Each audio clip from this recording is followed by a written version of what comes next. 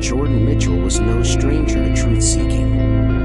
Before she married Daniel Mitchell, the charismatic billionaire and founder of Skyline Airways, she'd made a name for herself as an investigative journalist. From exposing corruption in pharmaceutical pricing to unraveling financial scams in retirement communities, Jordan's reputation was built on following her gut, and right now, that gut was telling her something was wrong. It all started quietly. A few forwarded emails from old friends at the Consumer Advocacy Bureau, and a handful more from former sources. Each one described similar complaints: passengers, mostly seniors or modestly dressed travelers, being downgraded without explanation. Others were told to check bags unnecessarily or were blatantly ignored by flight crew while better-dressed passengers were pampered. The pattern was too distinct to ignore.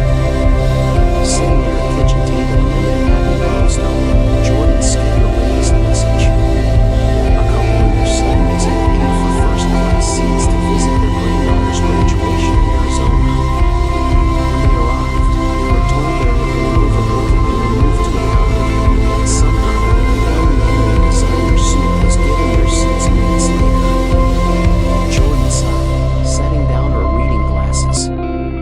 Daniel, immersed in paperwork for yet another airline acquisition, glanced up.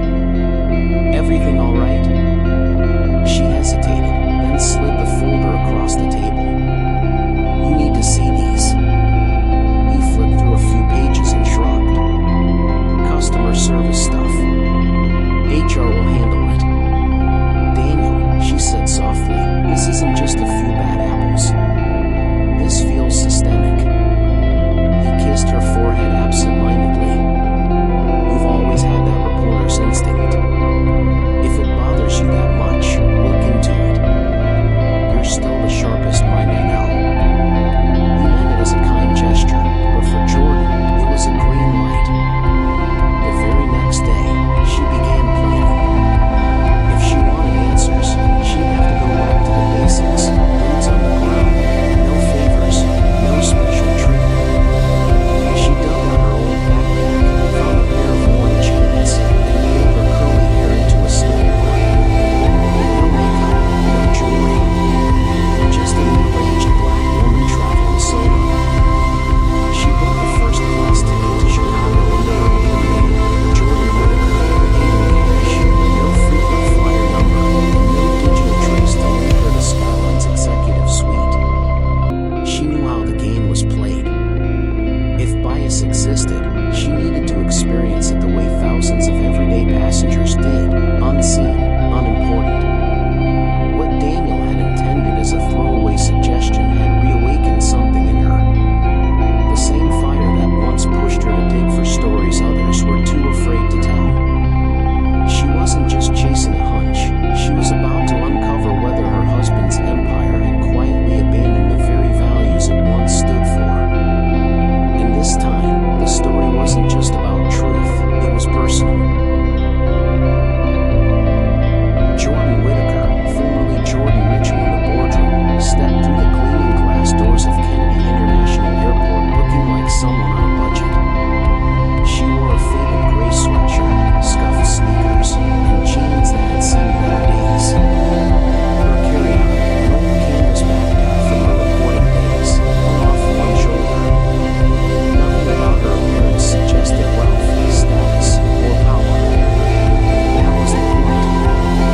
Skyline Airways' signature blue and silver terminal shimmered under artificial light. It had changed so much since the early days when Daniel used to walk the terminal shaking hands with passengers. Luxury for all, he once promised investors. But now, Jordan was about to find out. She made her way to the first-class check-in line, observing everything. A man in a tailored suit and polished loafers was welcomed with a broad smile and even offered bottled water. Behind him, a woman with two small kids and luggage held together by duct tape was barely acknowledged. Jordan's journalist instincts flared. A few paces ahead, an elderly woman in her 70s struggled to hoist her suitcase onto the scale. A nearby employee walked right past without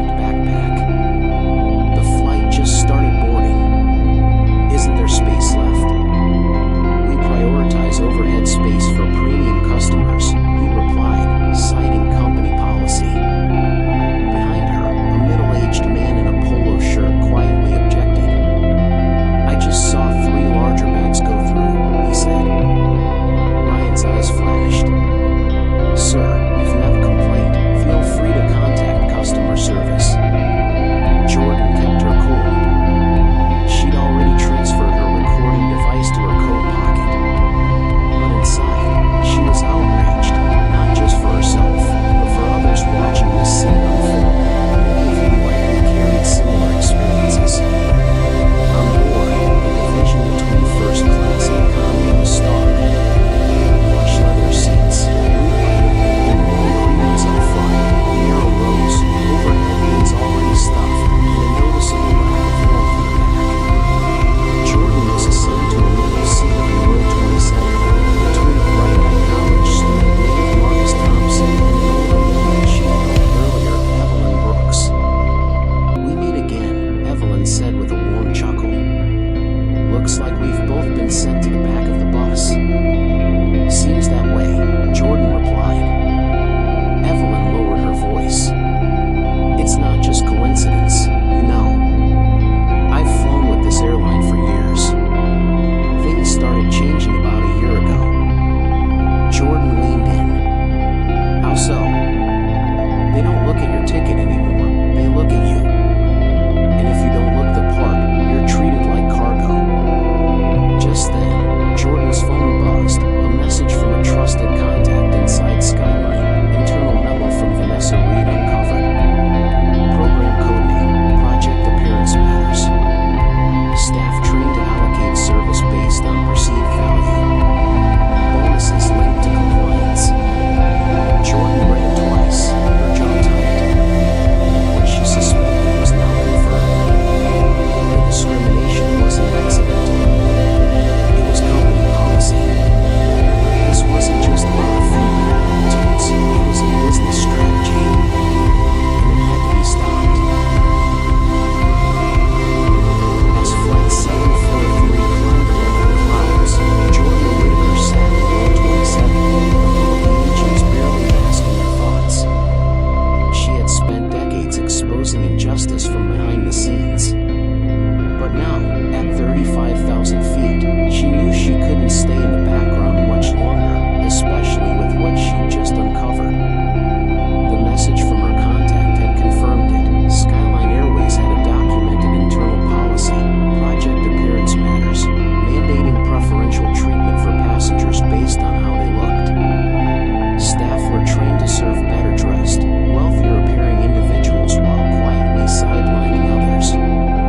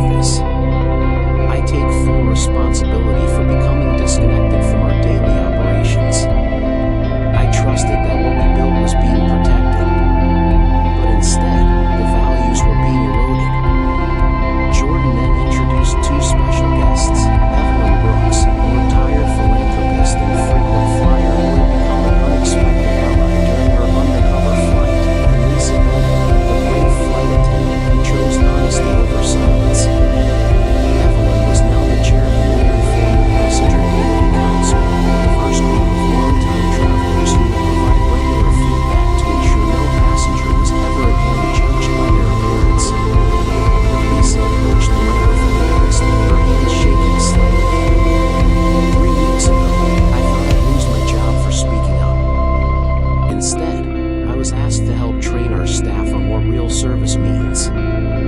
Not scripted greetings or phony smiles, but genuine care. The room erupted in applause. Jordan returned to center stage. We've officially terminated the Project Appearance Matters initiative and dismantled the bonus structures that encouraged inequality.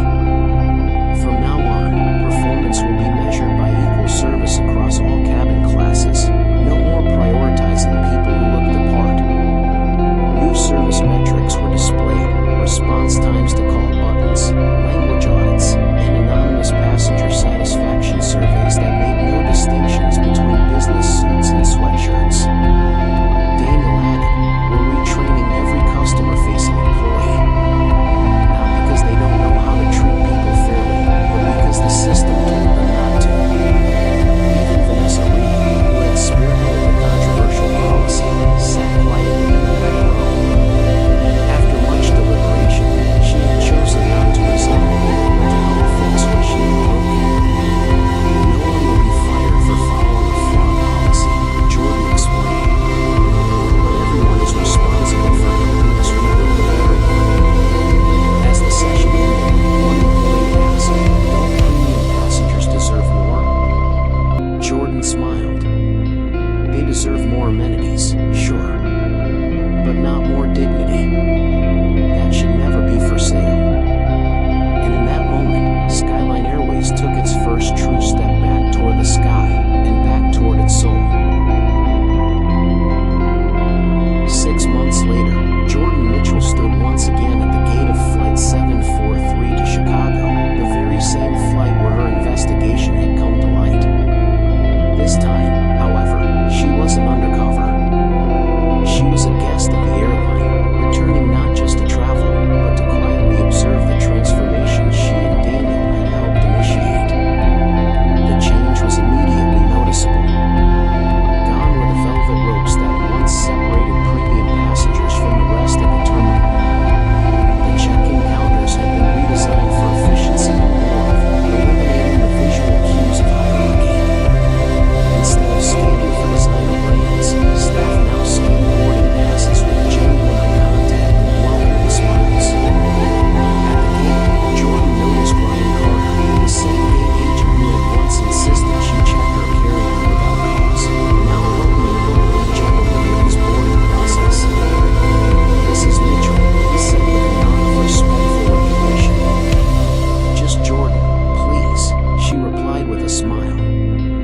"How are the new service protocols working out?" Ryan chuckled. "Honestly, better than expected. There's less tension now that we're not constantly judging who belongs where. It feels more human." On board, Jordan returned to her old seat, row 27, the same middle seat from her undercover trip. But the energy felt different now. The lighting was softer throughout the entire cabin, and the crew moved with a rhythm that felt less mechanical, more thoughtful. Nicole Adams, the flight attendant whose indifference had once shocked Jordan, approached. She looked uncomfortable at first, but Jordan gave her a reassuring smile. "It's all right," Jordan said gently. "We're all here to move forward." Nicole exhaled and nodded. "Thank you for that. Can I get you some water today?" she added, a flicker of humor in her voice. Jordan laughed softly. "Yes, please." As the flight progressed, Jordan observed how service had shifted. Call buttons were answered promptly in all sections, not just first class.